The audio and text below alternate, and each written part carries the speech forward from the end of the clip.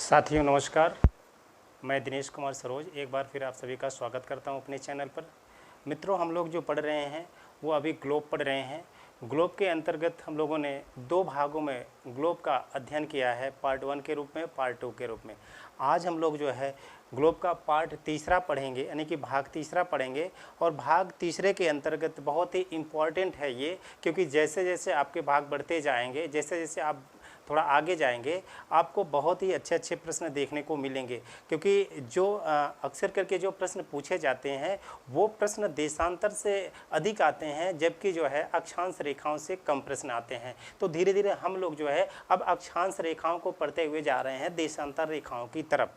तो आइए हम लोग पढ़ते हैं जो अक्षांश रेखाओं में कुछ बाकी है टॉपिक, उनका अध्ययन कर लेते हैं। उसके बाद हम लोग देशांतर रेखाओं को स्टार्ट करते हैं। देखिए मित्रों, ये जो ग्लोब है, ग्लोब पर जो है ये तीन प्रमुख रेखाओं की बात हम कर लेते हैं। इन तीन प्रमुख रेखाओं पर जहां पर देश स्थित हैं, अर्थात इस ग्लोब पर, इस विश्व के मानचित्र वाले ग्लोब पर यहाँ पर कर्क रेखा है, ये जो विषुवत रेखा या भूमध्य रेखा है, और ये मकर रेखा है। इस पर जो देश स्थित हैं उन देशों के बारे में हम लोग अध्ययन करना प्रारंभ करते हैं। कि सबसे पहले अगर हम देखें तो जो ये कर्क रेखा है, ये कौन सी रेखा है? ये कर्क रेखा है। और कर्क रेखा पर कुल 18 देश स्थित हैं। कितने देश स्थित हैं? 18 देश स्थित हैं। या आप कह सकते हैं कि कर्क रेखा कुल 18 देशों से होकर गुजरती है। तो कर्क रेखा पर कुल 18 देश हैं या 18 देशों से होकर कर्क रेखा गुजरती है। देखिए सबसे पहले क्या है कि संयुक्त राज्य अमेरिका, हम पश्चिम से पूरब की ओर बात कर रहे हैं, तो संयुक्त राज्य अमेरिका का एक द्वीप है हवाई द्वीप, फिर बारामास, मारितानिया, अल्जीरिया, लीबिया, मिस्र, भारत, म्यांमार, ओमान, मैक्सिको, माली, नाइजर, चाड, सऊदी अरब और संयुक्त राज्य अमीरात, जिसको यूएई के नाम से जाना जाता है। तो कुल मिलाकर ये 18 देश किस पर हैं? वो है कर्क रेखा पर। तो आपसे ये भी प्रश्न पूछा जा सकता है, किस रेखा पर सर्वाधिक देश स्थित हैं? तो कर्क रेखा पर सर्वाधिक देश स्थित हैं। पहले कर्क रेखा पर 18 देश स्थित हैं, और भूमध्य रेखा पर 13 देश स्थित हैं, और मकर रेखा पर 12 देश स्थित हैं। इस क्रम से 18, 13। तो इस प्रकार मित्रों कुल 18 देश जो है कर्क रेखा पर स्थित हैं। कुल कितने देश स्थित हैं? कर्क रेखा पर 18 देश स्थित हैं। यहाँ से भी प्रश्न आते हैं, खास तौर पर यूपीएसआई की बात कर ले, यूपीपी की बात कर ले, यूपी ट्रिपल एससी की बात कर ले, तो यहाँ पर एसएससी की बात कर ले, तो इन सबसे थोड़ा डीपली प्रश्न पूछा जाता है कि निम्न में से कौन सा देश कर्क रेखा पर स्थित नहीं है। हम लोग पढ़ के जाते हैं कौन सा देश स्थित है, तो उसके विपरीत प्रश्न पूछा जा सकता है। तो इसको भी आप लोग ध्यान में रखिएगा। उसके बाद देखिए जो विषुवत रेखा है या भूमध्य रेखा या इक्वेटर है या 0 डिग्री है, इस पर कुल 13 देश स्थित हैं। जैसे साओ टॉम प्रिंसिप, ये जो साओ टॉम प्रिंसिप है ये एक देश का नाम है। उसके बाद कांगो गणराज्य, कांगो लोकतांत्रिक गणराज्य, ये दोनों जो देश हैं, ये दोनों देश एक पहले हुआ करते थे, दोनों में जो है यहाँ पर अलगाव हुआ, तो 2 देश बन गए हैं, एक कांगो गणराज्य, एक कांगो लोकतांत्रिक जो है गणराज्य। उसके बाद Uganda, Somalia, Kenya, Gabon, Maldives, Kiribati, Colombia, Indonesia, Ecuador और ब्राज़ील। इस बात को आप लोग ध्यान में रखिएगा। कुल कितने देश आते हैं भूमध्य रेखा पर? कुल 13 देश आते हैं। देखिए खास तौर पर हम आपसे यह भी बता दें कि भूमध्य रेखा पर जो भी देश हैं वो देश तो है बहुत ही ज़्यादा गरीब देश हैं। गरीब देश होने का एक और कारण भी बन सकता है कि देखिए कि जब सूर्य का प्रकाश पृथ्वी के बीचों बीच पड़ता है, अर्थात भूमध्य रेखा पर पड़ता है, तो तापमान अधिक रहता है। और तापमान अधिक होने के कारण यहाँ की जलवायु कैसी बन जाती है? उष्णकटिबंधीय जलवायु जलवायु बन जाती है। अगर उष्णकटिबंधीय जलवायु है तो यहाँ पर उष्णता अधिक रहती है, अर्थात यहाँ पर उमस बड़ी गर्मी रहती है, जिसके कारण यहाँ पर हर 1 या 2 घंटे के बाद जो है अचानक बादल छा जाते हैं और वर्षा हो जाती है, घनघोर वर्षा होती है, जिसके कारण सर्वाधिक जैव विविधता भी यहाँ पर पाई जाती है। तो इसका मूल कारण ये बनता है कि जो ये गरीबी का आकलन किया जाता है, उस गरीबी में जो है वायुमंडलीय दशाएं भी अपना प्रभाव छोड़ती हैं, क्योंकि यहाँ पर उष्णता अधिक रहती है और उष्णता अधिक है तो यहाँ पर प्रति व्यक्ति जो है जो मेहनत करने की दर है वो उनकी कम हो जाएगी। सिवाय आप देखेंगे कि जो समशीतोष्ण जलवायु वाले देश हैं, जैसे आप बात कर लें स्पेन, फ्रांस, जर्मनी, जो यूरोप वाले सारे कंट्रीज़ हैं, इनमें जो है मेहनत करने की जो क्षमता होती है वो अधिक पाई जाएगी, क्योंकि ये शीत प्रदेश के देश हैं। लेकिन वहीं पर जो है जो देश यहाँ पर भूमध्य रेखा या विषुवत रेखी क्षेत्र में है, वहाँ पर जो है यूरोप की अपेक्षा कम समय तक यहाँ पर मेहनत कर पाते हैं। अगर यूरोप का व्यक्ति जो है 10 घंटे रोजाना मेहनत करता है तो यहाँ पर जो भी देश स्थित हैं वो 6 से 7 घंटे मेहनत करते हैं। तो 10 घंटे वाला व्यक्ति अधिक जो है पैसे कमा लेगा, तो इसकी आर्थिक स्थिति ज़्यादा मजबूत होगी, जबकि जो है भूमध्य रेखा पर जो भी देश हैं उनकी आर्थिक स्थिति कम मजबूत होगी। तो इससे हम ये आकलन लगा सकते हैं कि हालांकि इसके जो है आर्थिक स्थिति के लिए और ढेर सारी दशाएं जो है निर्भर करती हैं, वहाँ की शैक्षिक योग्यता किस प्रकार है और वहाँ के जो है इकोनॉमी दर कैसी है, सारी चीज़ें निर्भर करती है। लेकिन आप इसको भी आप कहीं नकार नहीं सकते हैं कि जो ये आर्थिक स्थिति है वो जो है वायुमंडलीय दशाओं पर भी निर्भर करता है, खास तौर पर जो भूमध्य रेखीय क्षेत्र है वहाँ पर देखने को मिलता है। जैसे अभी बात कर लें, ये जो साओ टॉम प्रिंसिप है, कांगो गणराज्य है, युगांडा है, सोमालिया है, केनिया, गैबोन है, मालदीव, ये सारे के सारे देश आपके गरीब देशों की श्रेणी में आते हैं। अधिकांश देश जो है वो भूमध्य रेखा पर गरीब देश हैं। और दूसरी बात ये भी है मित्रों कि इस भूमध्य रेखा क्षेत्र पर तापमान अधिक रहता है और सूर्य लंबवत चमकता है, जिसके के कारण यहाँ पर जो भी व्यक्ति रहते हैं उनकी जो त्वचा है वो काली हो जाती है। तो अधिकांश व्यक्ति यहाँ पर काले दिखाई पड़ते हैं। वो भूमध्य रेखीय क्षेत्र पर जो देश पाए जाते हैं वहाँ के लोग जो है वो काले होते हैं। तो खास तौर पर इसमें जो आपको ध्यान में रखना है वो आपको बता दें कि युगांडा, केनिया, गैबोन, मालदीव और ब्राज़ील और ख़ास तौर पर इंडोनेशिया को इसलिए ध्यान में रखना है कि इंडोनेशिया जो है एक ऐसा देश है जहां पर मुस्लिम आबादी सर्वाधिक है।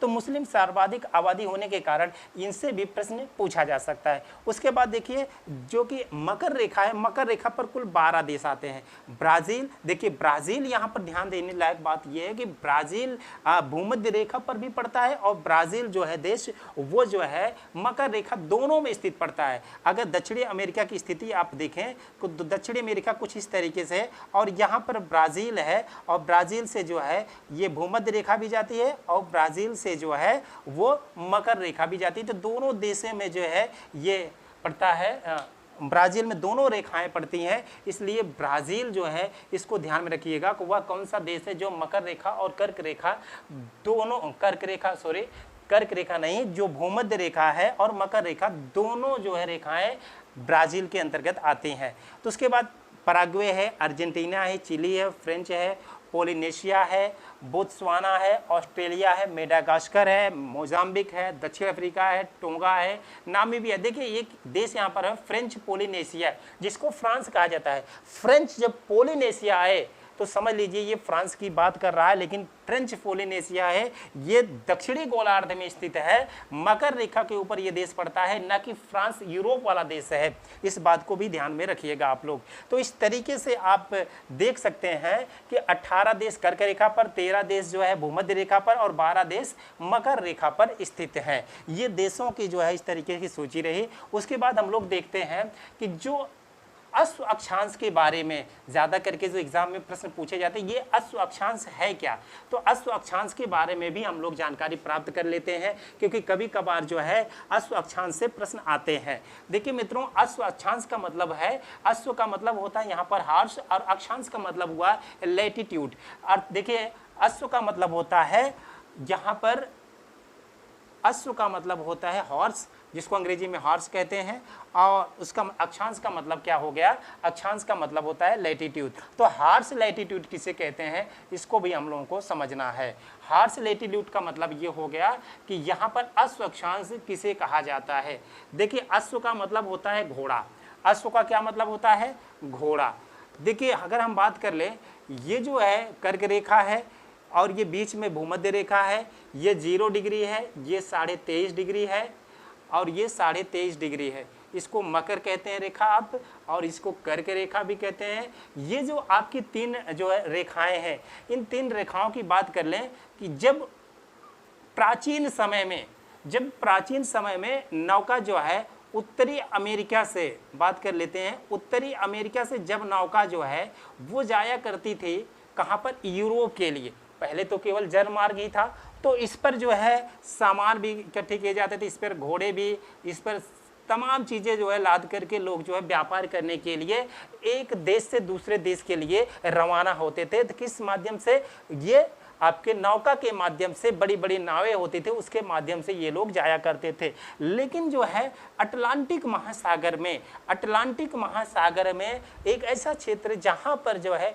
निम्न वायुदाब का क्षेत्र बन जाता है, अर्थात हवाएं वहाँ पर नहीं रहती हैं, क्योंकि जो यहाँ पर नौका में पताका लगता है, उस पताके के सहारे नौका आगे बढ़ा करती है। लेकिन जब निम्न प्रेशर का बेल्ट बन जाता है, अर्थात वहाँ पर कोई वायु नहीं रह जाती है, तो नौका वहीं पर स्थिर हो जाती है बीच जलधारा में। जब बीच जलधारा में जो है नौका स्थित हो जाती है, तो ऐसे में यहाँ पर इस नौका पर जो भी व्यक्ति रहते हैं उनको यह प्रतीत होता है कि नौका पर वजन ज़्यादा हो गया है और नौका आगे नहीं बढ़ रही है। तो उससे सामान, पहले तो वो क्या करते थे, सामान उठा करके जो है महासागर में फेंकते थे। लेकिन फिर भी जब नौका नहीं बढ़ती थी, उसके बाद घोड़ों को उठा करके पानी में फेंक देते थे।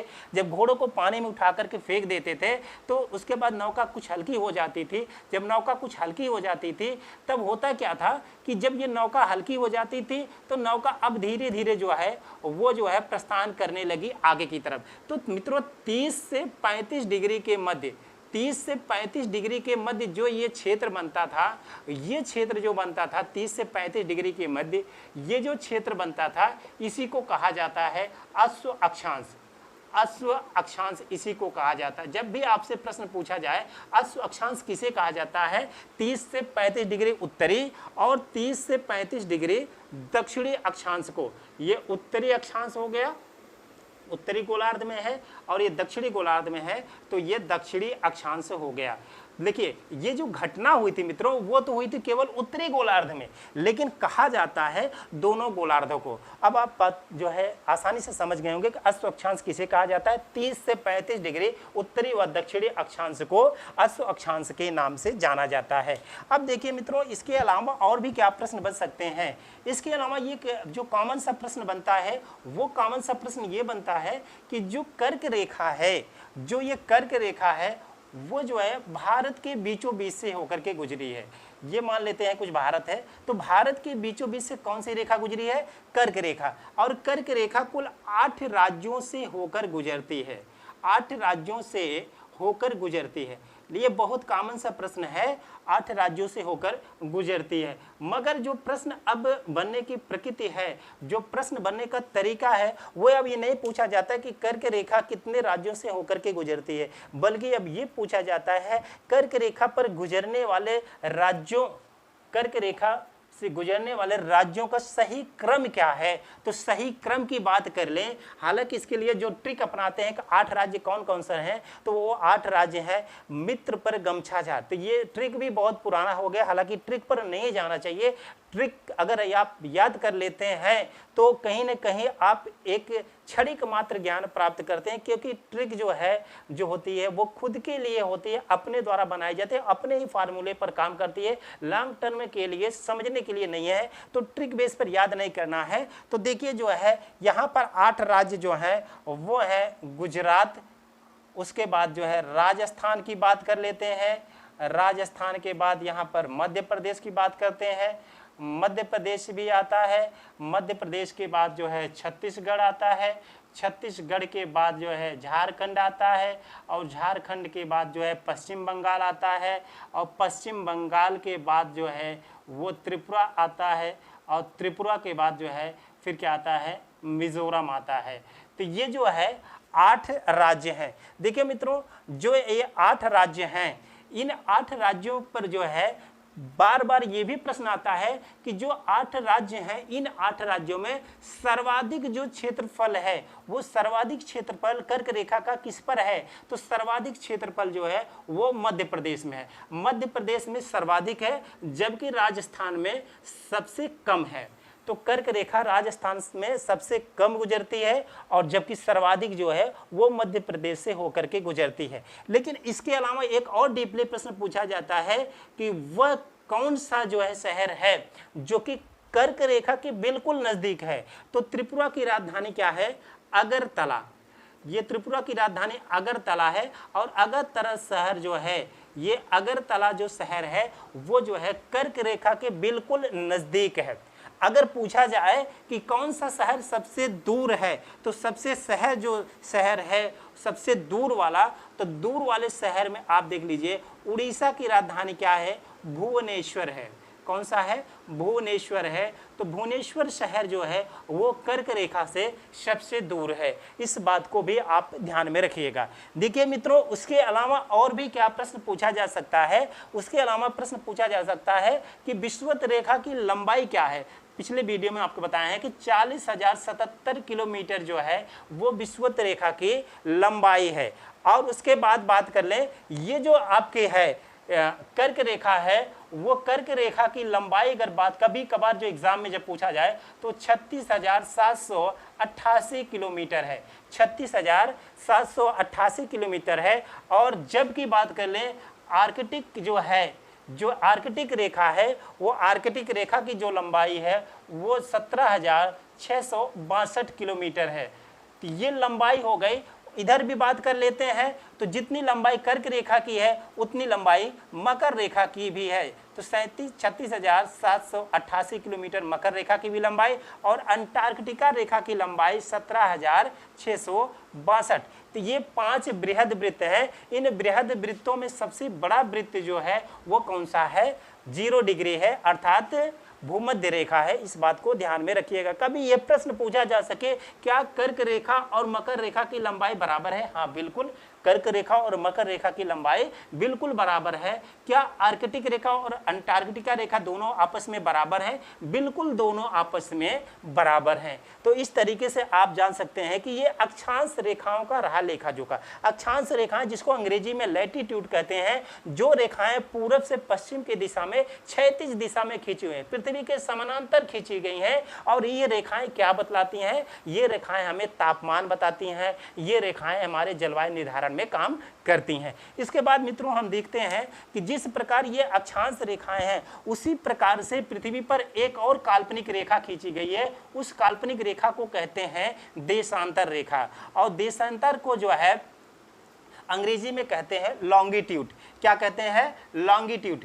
अब देखिए, जो दोनों ये ध्रुव हैं, उत्तरी ध्रुव या दक्षिणी ध्रुव, इन दोनों ध्रुवों को सतह से मिलाने वाली रेखा, हम बात कर रहे हैं दोनों ध्रुवों को सतह से मिलाने वाली रेखा को क्या कहा जाता है? देशांतर रेखा। जबकि अंदर से अगर कोई रेखा मिलाती है दो बिंदुओं को ऊपर, जैसे बात कर लें कि ये कोई ग्लोब है और ग्लोब को ऊपर से और नीचे की तरफ अंदर से अगर कोई रेखा मिलाती है बीचों बीच से, तो वो अक्ष कहलाएगा। जबकि जब सतह से जो रेखा मिलाती है तो इसको क्या कहा जाता है? देशांतर कहा जाता है। तो देखिए, ये जो देशांतर है, देशांतर रेखा ये 0 डिग्री है। और 0 डिग्री जो देशांतर रेखा है, ये 0 डिग्री देशांतर रेखा बिल्कुल पृथ्वी के बीचों बीच उत्तरी व दक्षिणी गोलार्ध को जोड़ती है। और उत्तरी और दक्षिणी गोलार्ध को जब जोड़ती है तो ये कुल मिलाकर के अगर बात किया जाए, ये जो है 8 देशों से होकर गुजरती है। और एक इसमें महाद्वीप आता है, हालांकि वहां पर आबादी कम है। कुल मिलाकर के यहाँ पर 9 देशों को अगर मोटी मोटा देखें तो 9 देशों से होकर के ये गुजरती है। अगर यहीं पर हम बात कर लें तो यूनाइटेड किंगडम की बात करते हैं, तो यूनाइटेड किंगडम, जिसको इंग्लैंड भी आप कह सकते हैं, इसमें कई जो है देशों का समूह है। तो यूनाइटेड किंगडम की बात कर लेते हैं, उसके बाद फ्रांस की बात कर लेते हैं, फ्रांस के बाद स्पेन की बात कर लेते हैं। स्पेन के अलावा जो है इसमें जो है वो माली भी आती है और बुर्किना फासो। ये सारे जो है देशों के नाम है मित्रों। इन देशों को आपको क्रमवाइज से ध्यान देना होगा, उत्तर से दक्षिण की दिशा में इन देशों का क्रम क्या है। उसके बाद आगे देखेंगे, ये टोगो है, टोगो के बाद घाना की बात कर ले, घाना देश पे आता है। उसके बाद अंटार्कटिका आता है। क्या आता है? अंटार्कटिका। तो ये देखेंगे 1 नंबर, 2 नंबर, 3 नंबर, 4, 5, 6, 7 और 8। ये तो 8 आ गए हैं। उसके अलावा भी यहाँ पर कुछ और भी बातें इंपॉर्टेंट है, उन बातों को आप लोग जो है अच्छी तरीके से भी समझ रखिएगा। देखिए, इसके अलावा अगर एक देश यहाँ पर बीच में छूट रहा है, वो देश है अल्जीरिया। कौन सा देश है? अल्जीरिया। अब देखिए अल्जीरिया, यहाँ पर तो 8 देश हैं, तो 8 देशों को आपको तो निश्चित तौर पर ये ध्यान में रखना है कि जो ये 0 डिग्री है, 0 डिग्री देशांतर, ये 0 डिग्री जो है पृथ्वी के बीचों बीच से गुजरी है, उत्तर से दक्षिण की दिशा में। और ये गोलार्ध को, ये जो पृथ्वी पे है, पूरब और पश्चिम 2 गोलार्धों में विभाजित करती है। एक तो पूरब बन गया और ये क्या बन गया? पश्चिम बन गया। जैसे अक्षांश जो उत्तर और दक्षिण को डिसाइड करता था, उसी प्रकार जो है ये देशांतर जो है पूरब और पश्चिम को 2 गोलार्धों में विभाजित करती है। तो 0 डिग्री जो देशांतर है वो कुल मिलाकर के 9 देशों से गुजरती है। और उसके बाद यहाँ पर जो इंपॉर्टेंट प्रश्न बनता है मित्रों, वो देख लीजिए कि कभी कभार ये प्रश्न पूछा जा सकता है कि जो ये 0 डिग्री देशांतर है और ये जो 0 डिग्री अक्षांश रेखा है, ये 0 डिग्री अक्षांश रेखा और 0 डिग्री जो ये देशांतर रेखा है, इस दोनों का जो मिलन बिंदु है वो अटलांटिक महासागर में पड़ता है। कहाँ पड़ता है? अटलांटिक महासागर में पड़ता है। और अटलांटिक महासागर में गिनी द्वीप के पास, कहाँ पड़ता है? गिनी द्वीप के पास पड़ता है। तो ये मिलन बिंदु की बात कर लेते हैं। तो ये मिलन बिंदु मतलब कि जो एक दूसरे को, अक्षांश और देशांतर रेखा एक दूसरे पर जहां पर काटती हैं, उसको कहा जाता है गिनी द्वीप या अटलांटिक। किसी स्थल विशेष पर नहीं है, ये महासागर में एक दूसरे को काटती हैं। अब देखिए मित्रों, ये जो है देशांतर रेखा, ये देशांतर रेखा हमको बतलाती क्या है? ये देशांतर रेखा हमें तिथि के निर्धारण में काम करती है, हमें जो है समय के निर्धारण में काम आती है। तो देशांतर रेखा जो है, अगर बात कर लें तो देशांतर रेखा, ये जो देशांतर रेखा है ये उत्तर से दक्षिण की दिशा में खींची गई है। और उत्तर से दक्षिण की दिशा में जो खींची गई है वो पूर्वी गोलार्ध में भी आती है और पश्चिमी गोलार्ध में आती है। पूर्वी गोलार्ध में आती है और पश्चिमी गोलार्ध में आती है। तो इस तरीके से हम ये देशांतर रेखाओं को बना रहे हैं।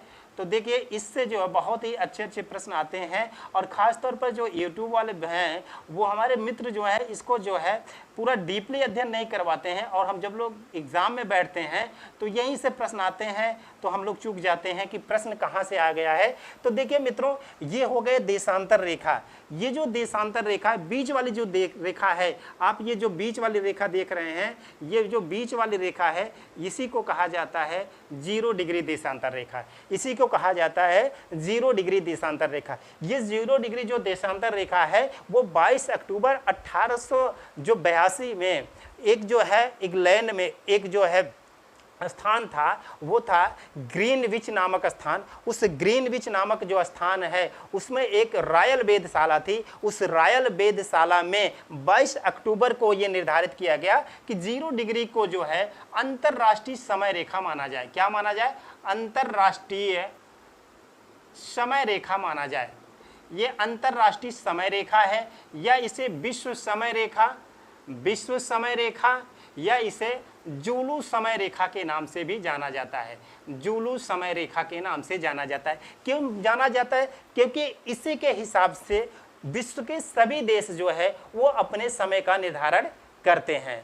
वे क्या करते हैं? अपने सभी जो है समय का निर्धारण करते हैं। तो अगर आप देखें कि ये जो गोलार्ध है, आप पूर्वी गोलार्ध और पश्चिमी गोलार्ध, ये 0 डिग्री डिसाइड करती है। क्योंकि देखिए, अगर हम बात कर लें यहाँ पर अब संख्याओं के बारे में, देशांतर रेखा की संख्या कितनी है, देशांतर रेखा की संख्या कितनी है। तो देखिए मित्रों, यहाँ पर बहुत ही कंफ्यूजन रहता है कि कहने के लिए तो सब लोग ये पढ़ा देते हैं कि 360 है, देशांतर रेखाओं की संख्या 360 है। मगर कैसे 360 है, ये देखने लायक बात है कि देखिए जो देशांतर रेखाओं की संख्या है वो 180 + 1 + 179 = 360 है। कितना है? वो 360 तो है, मगर आप कभी भी ये नहीं कह सकते कि देशांतर रेखाओं की जो संख्या है वो 0 से लेकर 360 होती है ना, ये 0 से लेकर 360 नहीं होती है। देखिए मित्रों, अगर ये जो 0 डिग्री है, 0 डिग्री के ठीक अपोजिट जो है वो जो है 180 देशांतर होता है। 0 डिग्री के, ये 0 डिग्री है, अगर मान लेते हैं ये 0 डिग्री है और 0 डिग्री एक सतह पर है तो दूसरी सतह पर 180 है, तो ये देशांतर जो है वो अर्धवृत्त के रूप में होते हैं, जबकि अक्षांश पूरे सर्कल पर होता है, जबकि देशांतर केवल आधे सर्कल पर होता है और आधा सर्कल जो है वो दूसरा देशांतर होता है। तो दो देशांतर मिल करके एक सर्कल पूरा करते हैं, एक वृत्त को पूरा करते हैं। अभी बात कर ले, जैसे ये 0 डिग्री है तो ये 0 डिग्री के जो अपोजिट होगा वो कितना होगा, 180 देशांतर होगा। अगर